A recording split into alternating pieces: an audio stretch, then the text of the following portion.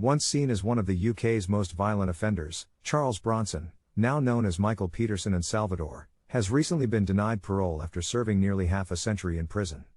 It's a decision that has shocked many, as Bronson has been described by a psychologist as currently being a man of peace, having found solace in the form of art. But the evidence offered to the Parole Board was that the 64-year-old is still not suitable for release, and as a result, Bronson will remain behind bars for the foreseeable future. This case marks only one of the second in UK legal history to be tried in public, with a panel of parole judges assessing the prisoner's case in a hearing at HMP Woodhill in Milton Keynes, Buckinghamshire.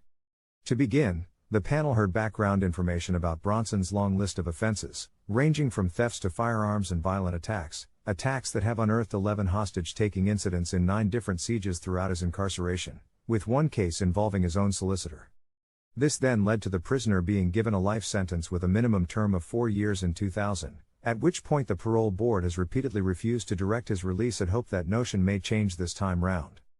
Bronson encountered a media frenzy, with parts of the board's proceedings being streamed live from the Royal Courts of Justice to members of the public, with many hoping the convict could one day walk free and reclaim his life by making peace with society.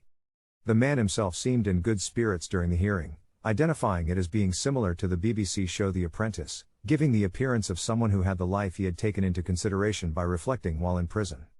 It was during the panel hearing that he relabeled himself as a man of peace, a notion backed up and supported by a psychologist who revealed Bronson has since been diagnosed with post-traumatic stress disorder after facing some brutal and unacceptable treatment during his time locked up.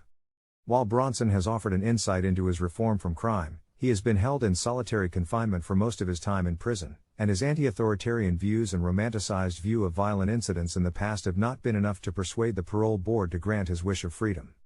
Victims of his attacks, such as former governors and doctors, many of whom are now alive and well, took to the stand to express their opinions in relation to the possible release of Bronson, with none of the prison and probation officials stating that he was ready to be let out of prison at this time.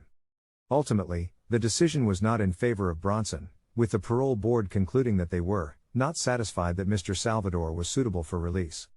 Nor did the panel recommend to the Secretary of State that he should be transferred to an open prison. The judge's decision casts a dark cloud over the possibility of Bronson ever becoming a free man, effectively meaning the UK's notorious prisoner will remain behind bars for the foreseeable future.